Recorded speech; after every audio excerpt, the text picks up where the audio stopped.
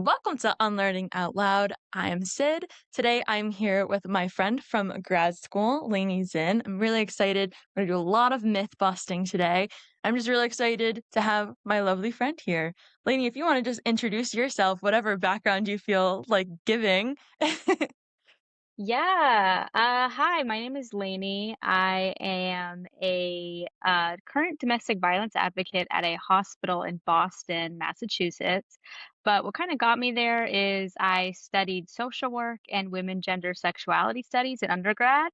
And then in grad school, I actually got my Master of Public Health, which most importantly led me to meeting Syd because we kind of worked together in sexual violence prevention efforts on our campus. And that kind of got me to where I am today, just very passionate about violence prevention. That's both domestic violence and sexual violence prevention. And then, of course, sexual health education. That's just very important and foundational into both of those two fields. So excited to talk about it today. Yeah, I'm so excited. I think just from like the little that we talked about, there's so much myth busting that needs to happen when it comes to like sexual health and what we learn and what we don't learn. Heavy on that part. um, Right. Now I know you got your master's in public health. Congratulations, of course. I know it was last Thank year, but still. you. Um, I love that because I also have my background in social work, so my bachelor's and master's are in, but I kind of love that pairing of social work and public health. How do you Yes. like shape your understanding of violence prevention through like a public health lens? Yeah. So I think that unfortunately, public health has historically and still currently focuses on that intervention piece. Um, when in reality, public health is so much more than that. Like, if you really think about it deeper, you do kind of put the pieces together. Like, vaccines is one of them. You get those before the health outcome happens. So, there is a lot of prevention work in there, but I think typically people think of that intervention when reality public health isn't that at all. It's not treating the broken leg, it's making sure that the sidewalks are flat so you don't Mm, fall and break your leg in the first place. And I think that violence is something that people don't typically think of as like a health issue when it really is. mm, So tying violence to public health and health in general is not something that people think of. Um, but it's incredibly important, and I think sex ed has a huge part in that as well because we can put practices and education in spaces like a health classroom that can lead to violence prevention or intervention and giving people those skills to be able to either prevent themselves from committing violence or intervene if they see violence happening. And those are just things that I think the synapses haven't formed in people's brains that can happen in like a health classroom or any classroom at all. Um, or it's something that providers in the hospitals can be talking about as well. It just doesn't really seem to be making that connection into the health space as much as I think it should. yeah, 100%. I really like how you talk about like true prevention versus like kind of like responding to the problem after it's happening. I think Yeah. we do a lot of that like responsive work of like, oh, well, we know violence is happening everywhere. Kind of like with bystander intervention. It's like, oh, here's what to do for you to put the weight of what happens to this person on your back.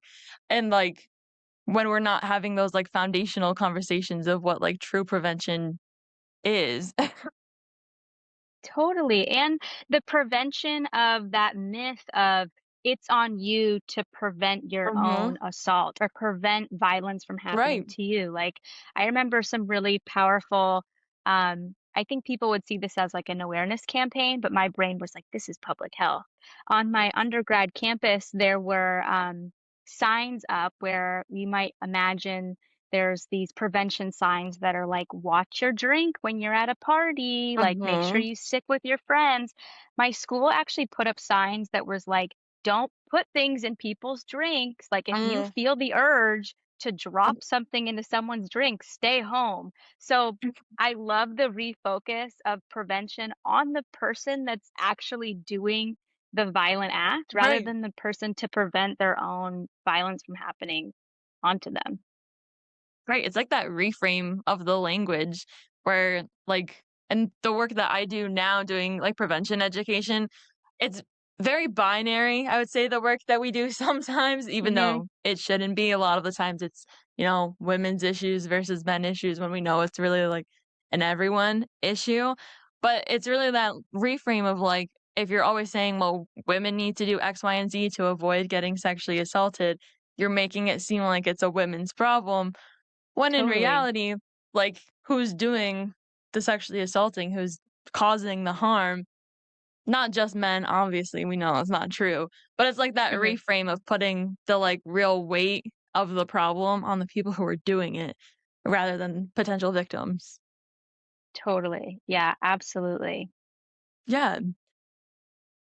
Now I know you have lots of different experience in undergrad, grad school, and then just like in your professional life. Are there any particular experiences that kind of shaped your understanding of like how systems like come into play in this and then like harm and justice, which I know is like very big things. Yeah, yeah, absolutely. So, kind of starting back when I was young, as a kid, I was always drawn to the unconventional. Like, I loved being called weird. And that feeling paired with my genuine interest in like alternative music, fashion, Mm, media, it kind of propelled me to explore things out of the mainstream. And of course, my mainstream is relative to how I grew up and the people I was surrounded with. But I benefited a lot from those who came before me and maybe weren't supported by the systems around them that made like the content, the clothes, the jokes, the songs, the media that I consumed, yeah. and as a kid, I always felt out of place, which I didn't mind. As I mentioned, I did like being called weird, but I could feel it, and that feeling of being out of place inherently made me realize that there's then a place that I'm supposed to be in, Mm, and being weird, being awkward was what took me out of that place. And gave me the consciousness to recognize others were also outed from this place. Maybe mm, not for my reasons, but for reasons tied to their lived experiences. Um, like, for example, my dad, he is disabled. I saw firsthand, I'm like, he's out of that place as well for a different mm, reason.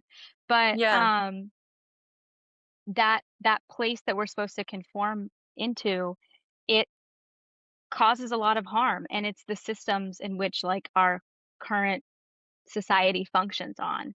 And so I kind of learned to question that, the default, and to take it back to the field that I'm now committed to academically, professionally.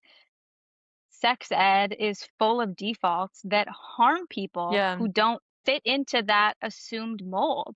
So this led to a natural interest into the subject itself and an even stronger interest in getting involved, yeah, shaping it, and delivering it in a way that I feel was more supportive, that would have been more supportive for me and hopefully is mm. more supportive for other people that are also kicked out of that place.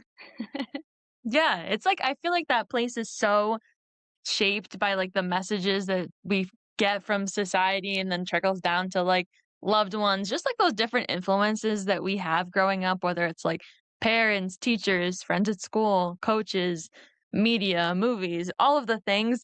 Those messages are so, like, deeply ingrained into society that it kind of, like, shapes that space you're talking about of, like, well, now if you don't fit into this space, you're weird, you're all of these other, like, negative things because you don't, like, fit in that space, and that's so harmful for people who are, like, trying to be someone that they're not, to, like, fit into that space and to be excluding people from spaces.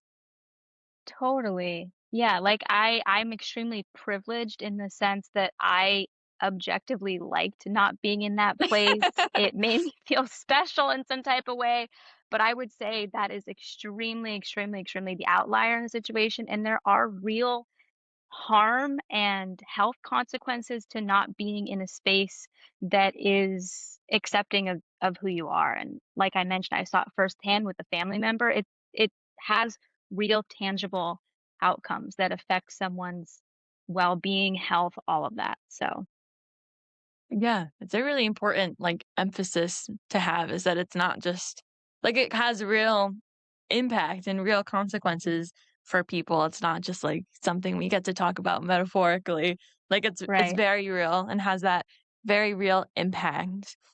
Now I know, like, part of what how we met and the work that we did when we were together was very, like, social media heavy, and I think there's a lot of good that comes from social media advocacy. You can reach lots more people than maybe doing that, like, on the grounds work, but how do you like, what does effective advocacy actually look like beyond social media posting? And again, not trying to shit on anybody's social media advocacy. I know I do it. It's something that is, like, really powerful and helpful, but it feels like a lot of the times, like, that's the goal and the ceiling for people in their advocacy, whether, like, they're doing the posting and the research or they're just, like, reposting stuff that they see.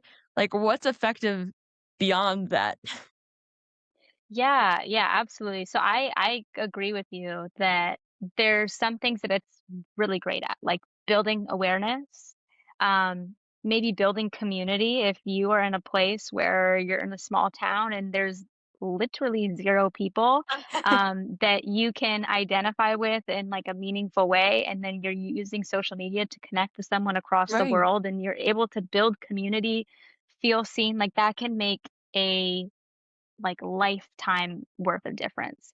Um, you can find people and it can be like a first step to understanding your own experience. Like that's really special. But I think that I agree with you that it's sometimes viewed as the strategy itself when it yeah, really should be used as like a tool inside a right, broader strategy.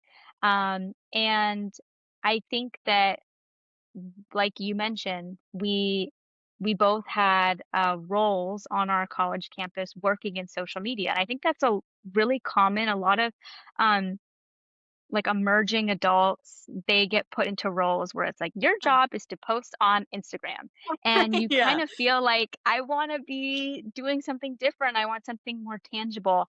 Um, so that's very real. But I think that beyond the tool of awareness, the tool of community building, and also it is an accessible way for people to get involved right, that maybe don't have the ability or resources or time to. Like that is something that should also be acknowledged.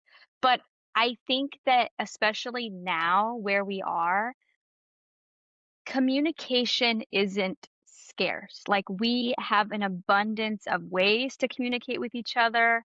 Um, we have tools at our disposal where people have the ability to research topics and learn and get information on things that they might not have been able to. But then it's like, where do we go from here? Um, right. and one thing I found meaningful in my time in school is I think it was undergrad.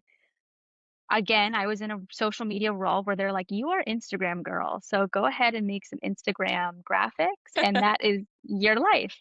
Um, and my boss was saying, like, the posts that I was making, she was like, "Great, these are Instagram posts about awareness, but, like, we're aware. Like, where do we go Mhm, from here?" And there's actually a really great article, I can't remember what it's called, but it's like talking about how awareness campaigns can't just be the only tool. right. So, social media, then I reframed what I was doing to, okay, if I am Instagram girl and I have to make an Instagram post, can I at least do something that's a little bit more on the ground? So instead of making a awareness post where it's like, hey guys, this is an issue you should care about, Yeah, I was like, here's some phone numbers. If you're bored, you can give them a call and you can talk to your local representative about a topic that you're passionate about. So kind of it's not it's important to still build that awareness step, but then what's yeah, after that? Instead of just like right. repeating um, awareness. Let's move forward and actually do something tangible with that. Um, there's more of a space for that off of social media, but if you're bound to use social media like a lot of college aged people are, we can think about using it in a way that reframes this tool into something more actionable. Yeah. I love that because it really is like if it's for awareness, you're always going to have people who are maybe less aware of a problem if it maybe doesn't directly impact them or they've just never heard of it. So it's always like important to do. But like you said, that's kind of like layer one. Okay, we're Right. aware, we know what's happening. Like, now what? And I think, especially like kind of on a larger scale, when we kind of judge maybe celebrities or influencers or whomever by like what they're posting on their Instagram stories about an issue or what they're not posting about. That's it's so interesting to me because I remember like I scroll on Twitter or whatever social media. It's like, oh, these five celebrities haven't spoken out about X, Y, or Z. It's like, why is that the tool with which we're kind of measuring what someone knows about or cares about an issue. And it's so interesting because realistically, it's a lot easier to just like reshare something on social media than it is to like do the work. So it's so interesting that that's kind of that threshold for, well, this person cares about this issue or they don't because they haven't posted about it on Instagram. Totally. And I bet that that just then really serious topics are then probably had in conversations where it's like we've got to have so and so celebrity post about it so that it looks good. Mhm. It's like it shouldn't be used as a branding tool anyways. And it Right, it's kind of not leads to like, PR. is this, yeah, it's not PR. Is this even genuine anymore? So yeah, completely agree. And it, like, feeds into that cancel culture part of things. Like I said, like, those literal lists of, like, "Oh, this person liked this Instagram post," or "They didn't share about this," and now people are, like, commenting on all their posts, "How come you haven't shared anything about XYZ?" It's like, who knows what they do, like, in their personal time or, like, with their money. It could be nothing, it could be something in the cause that these people are mad about that they didn't post on Instagram. And then you have the other side of that where sometimes it's like, oh, it's just performative activism. They just post about this, but they Yeah. don't actually do anything. Like, I feel like there's no winning for people sometimes, but it's just interesting how easy it is to judge people based off what they share and don't share on social media related to like social justice issues.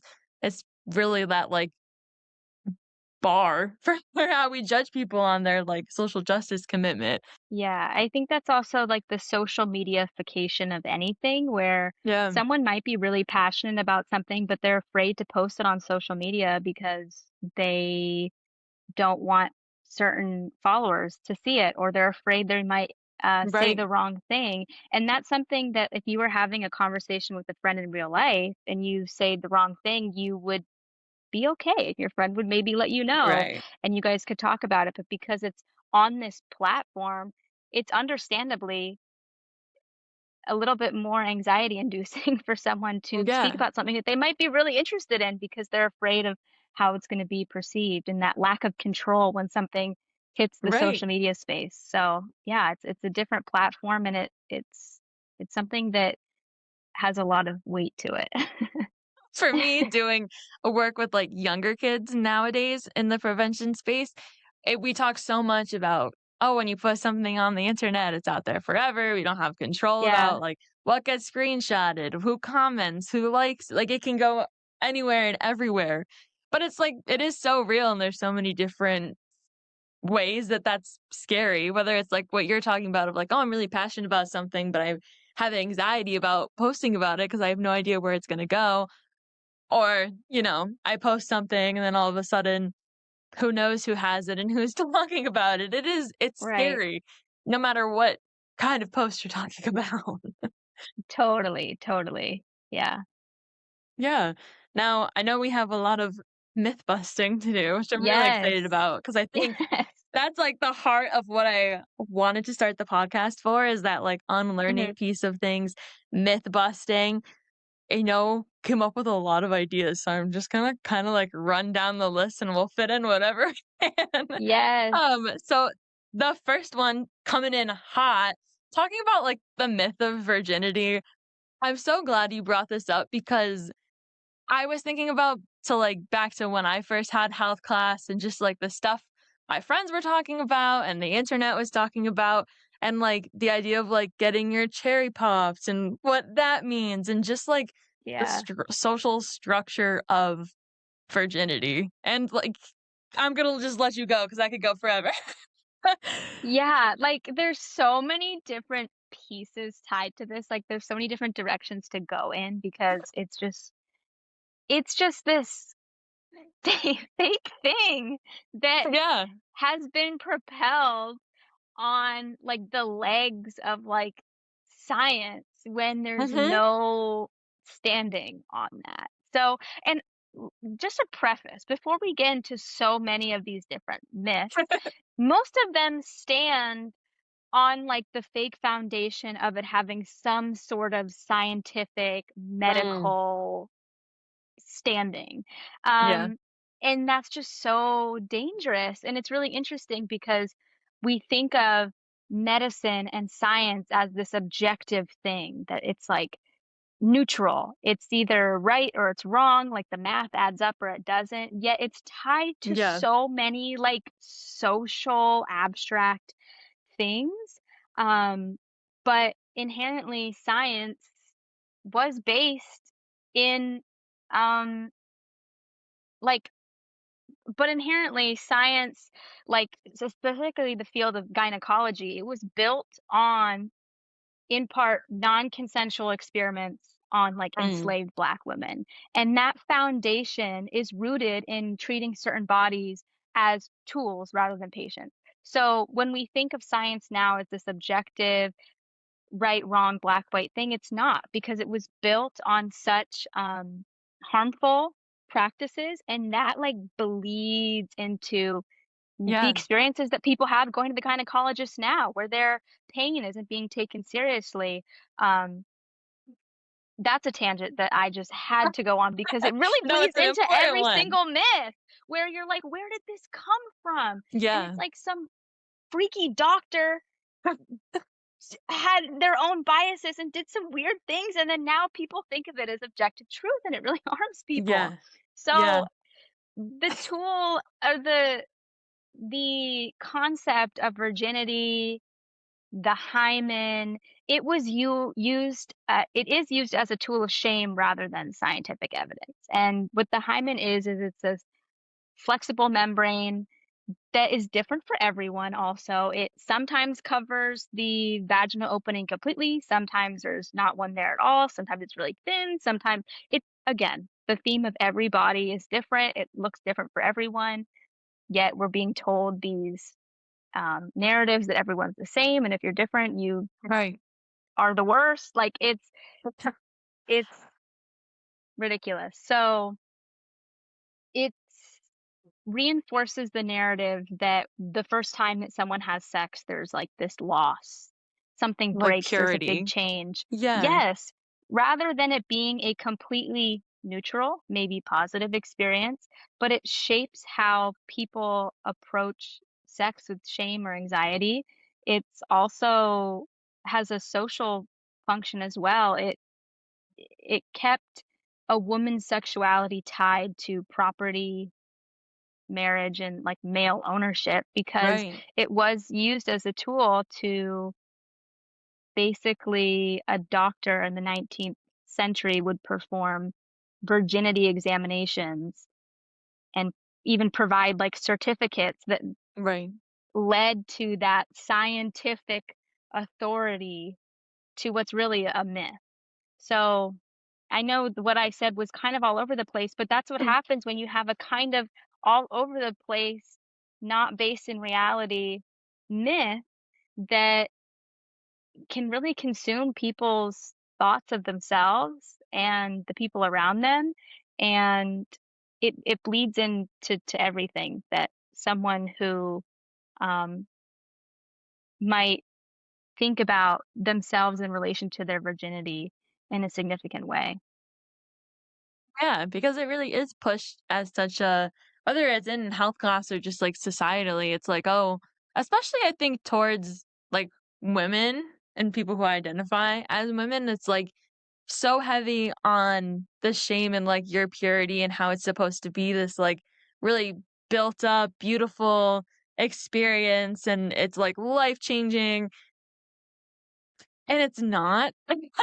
And it's also I think of, like, how many because of also the messages and influences that, like, men receive growing up about virginity and what that looks like. I think of how many men that I've talked to, like, through doing this work and just through life, who lost their virginity at, like, a really young age to an older woman, or, like, whether that's, like, they were, like, 13, 14 with, like, a 17, 18, 19-year-old. Like, that's a whole 'nother bucket of worms where, like, that duality is just so interesting of, like, how we talk to boys about virginity versus how girls are talked to about virginity, but a lot of overlap in that, like, what it's supposed to be like and how your body is supposed to react or not react, and none of it is based in science really, like you said. Yeah, definitely. And the language that we use is so it it has tangible effects. You might not think about it, but even like you mentioned the difference of being like socialized as a boy or girl. It's like Yeah. you score, you win. Like Yeah. if a boy is losing his virginity, it's like you gain something, and then for a Mm. woman, often it's like a loss. And that's horrible. That's so sad Yeah. when you guys are doing the exact same thing. Like you guys are Yeah. doing the same thing together. But for someone, That's it's so like true. a notch on your belt that you get. You score. But then for someone else, it's like you lose something. And Mm. it goes back to these practices that were done, like these examinations where it's like, do you still have this thing or not? Which also could be lost with riding a horse, putting in a Right. tampon, walking, doing any sort of movement. It could Mhm. be broken, um, but then it's tied to this act, and it's just it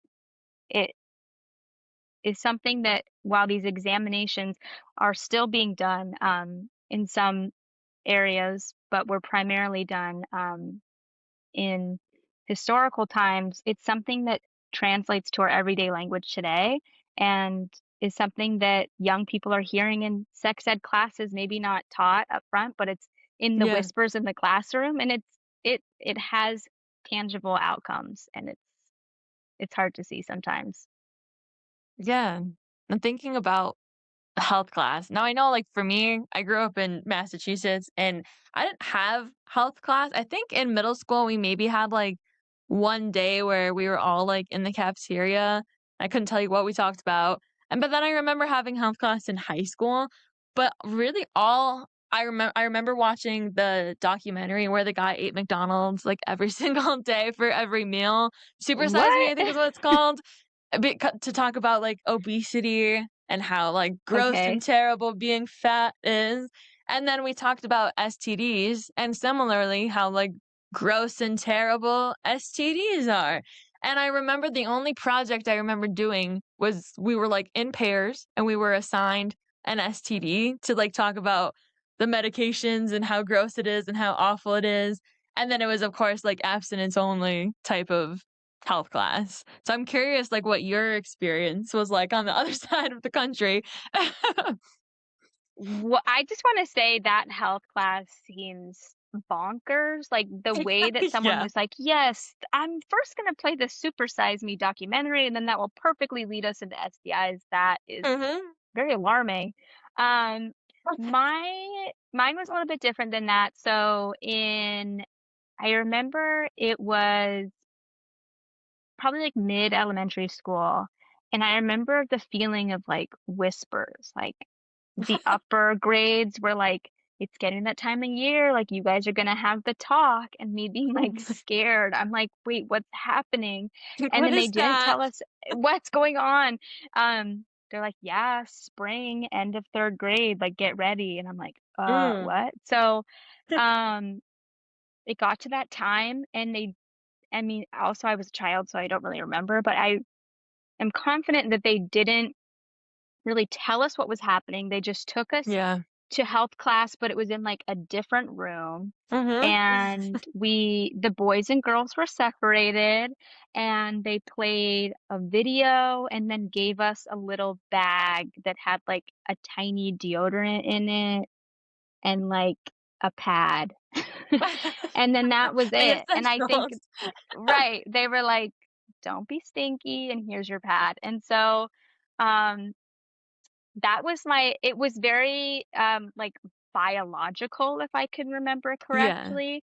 There was no conversations of, like, consent, boundaries, healthy relationships, things like right. that, and I think it even focused on the less, like, reproductive aspects of sex ed, i.e. the deodorant. It was like, "You guys are gonna need to shower more." Yeah, And I think yeah. they maybe talked about, like, acne and things like that, but absolutely no STIs were brought up, nothing about, like, desire, attraction, any of that. I think it was Yeah, just, like, scientific reproductive anatomy and then, like, them telling us we're stinky, and then that was it.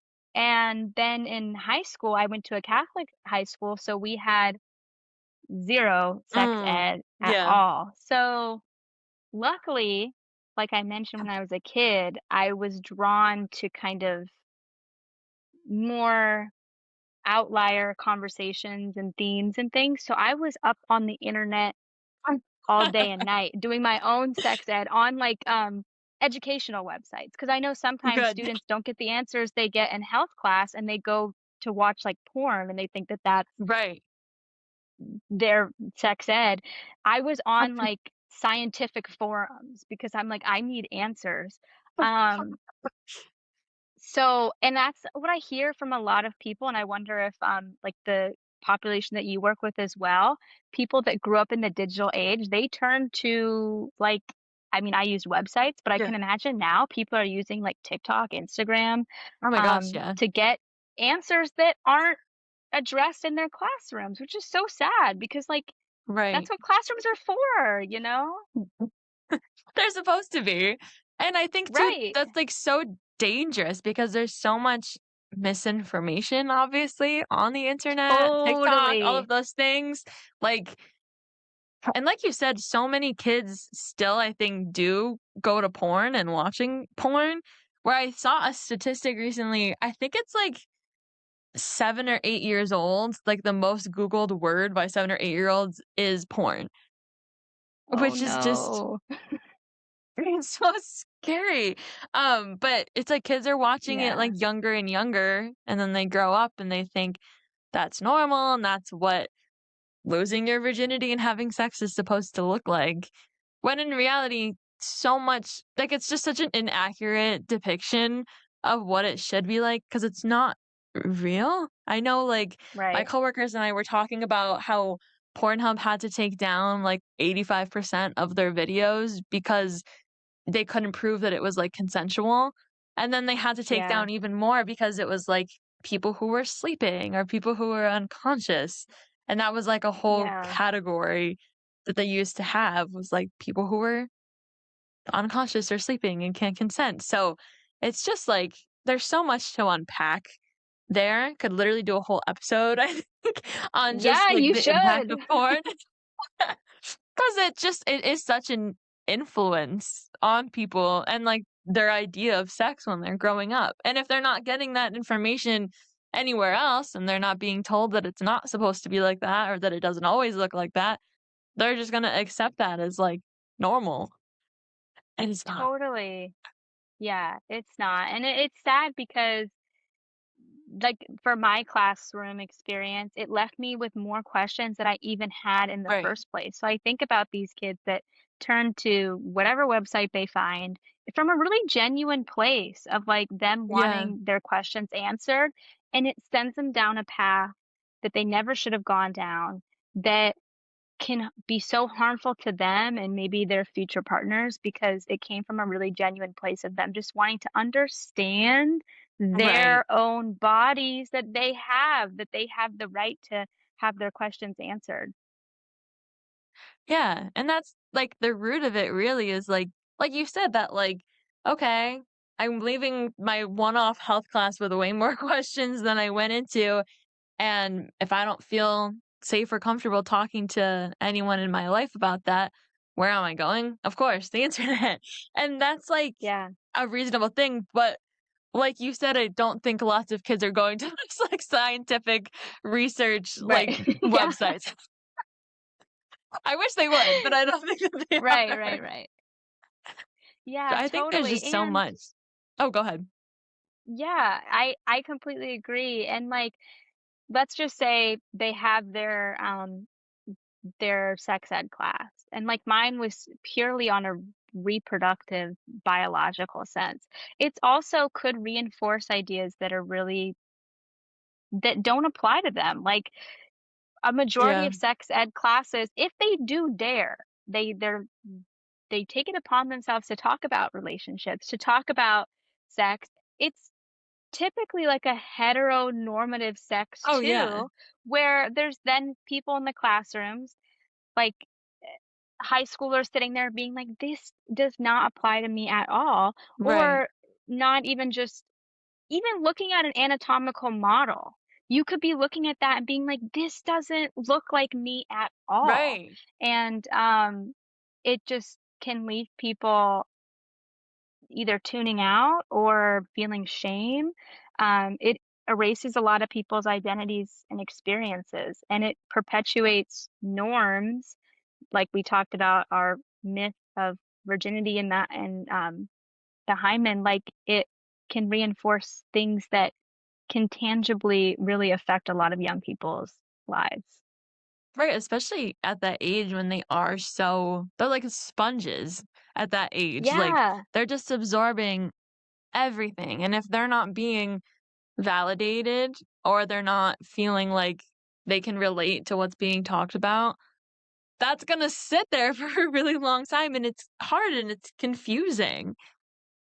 Yeah, totally. And a lot of times students come in not knowing anything. Maybe they didn't grow up in a Yeah. household where they had like a little precursor to the conversation that was going to happen. Cause I think they also like sent home a letter maybe and you had to get permission. I'm like, now that That has been kind of pulled out of tracks. my brain. Yeah. Um, so like I know my mom and I had lots of conversations. So going into the sex ed, I think I even knew I was like, this is kind of whack. Like, why aren't we talking about things that I already know about?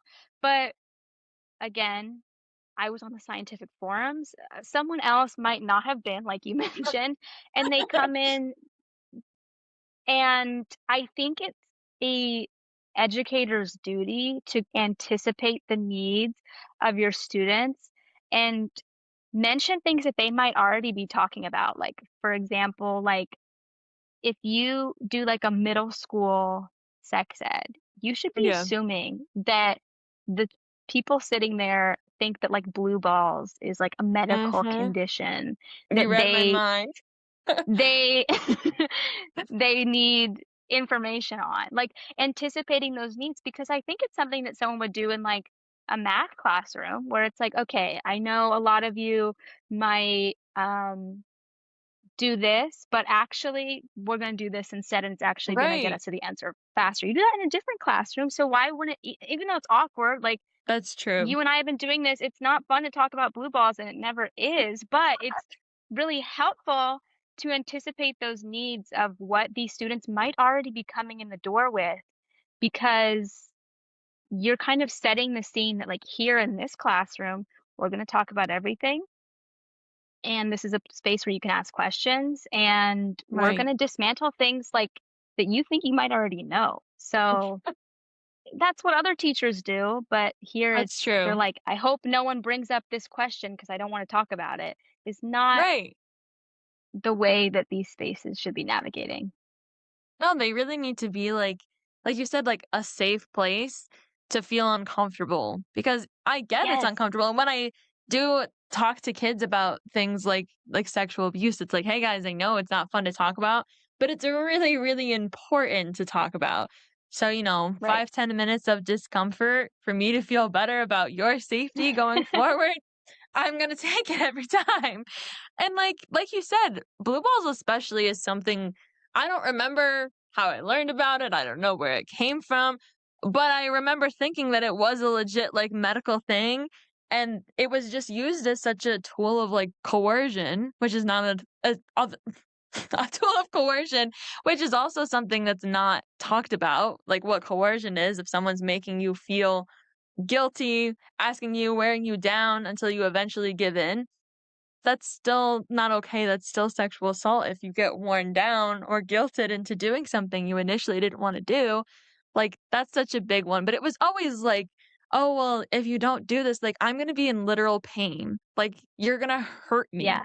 if you don't do this for me right now. My balls are going to turn blue and they're going to shrivel up and I'm going to die. It's basically Right. what it felt like.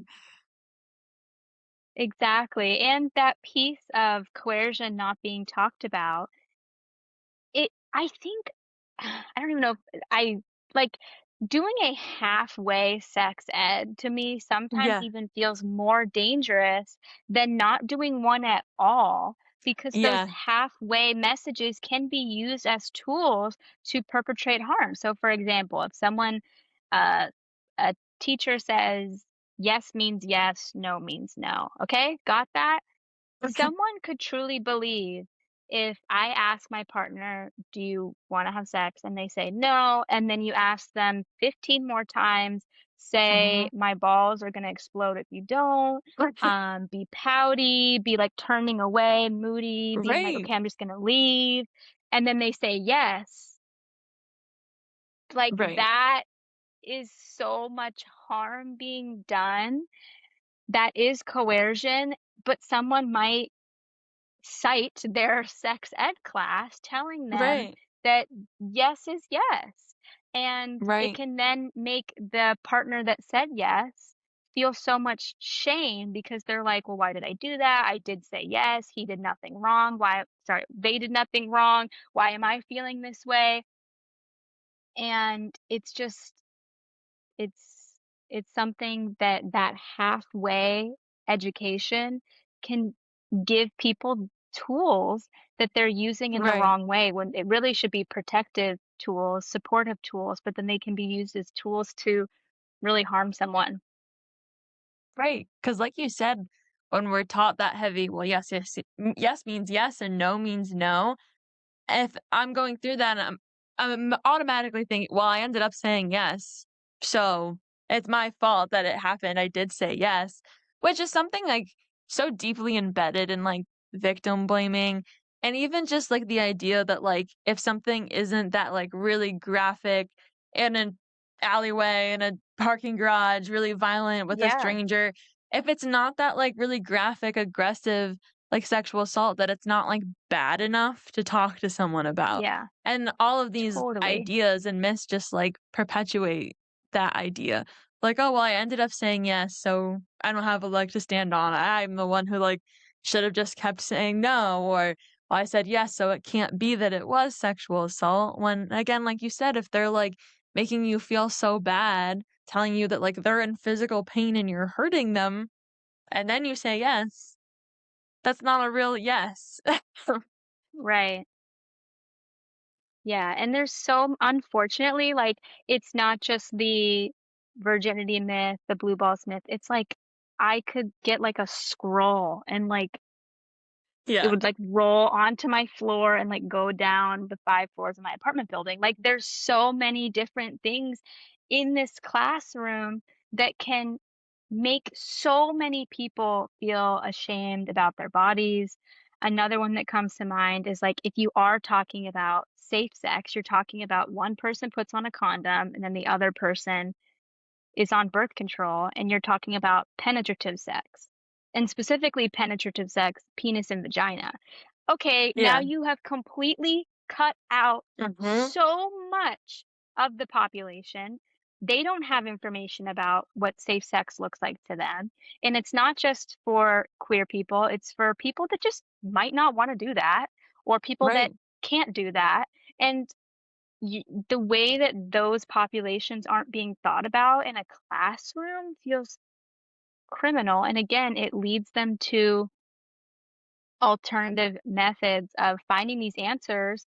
And now you have not only not inform people of safe sex, but you have maybe led them down um, a way to get information that's actively harming them. Yeah, that's such an important part to bring up because it is so one, it's so binary, but two, like, when you're growing up, whether it's in health class or just, like, conversations with friends, family, whoever, it really is like, well, sex is penis and vagina. That's what sex is. But it does eliminate so many other people where it's like, okay, that I don't subscribe to that for whatever reason because it's my identity or it's a health issue that I have, or I'm just not interested in it. Does that mean I can't have sex? When I Right. remember us having a conversation about this when we were in grad school where it's like, "No, let's, like, broaden our horizons a little bit. It's so much more than just that." But even, like, in college, they don't talk about it in that way. It's such that, like, this is what sex is. Even just in, like, the how the law describes what is rape and what's not rape. Most Yeah. states, rape has to be, like, a penetrative thing for it to be considered rape, which again, hello, it's very binary. Right. Absolutely. And again, we can't unhinge shame. Like that is going to be attached to every myth we talk about today, where it's like even like, okay, penetrative penis and vagina sex is sex, and everything else is foreplay or other, or Yeah, just like getting us to that place where that happens. It brings a lot of shame for individuals who maybe only want to do things that someone labels as foreplay, right. or it can be really invalidating for people whose bodies aren't even configured to have penis and vagina sex. Like, what Yeah, are they not having sex then? So it just brings so much shame to so many different people, especially like people that might have like conditions where they cannot have penis and vagina sex. They feel this shame where now right, maybe they don't want to seek treatment about it because they're like, there's something wrong with right. me.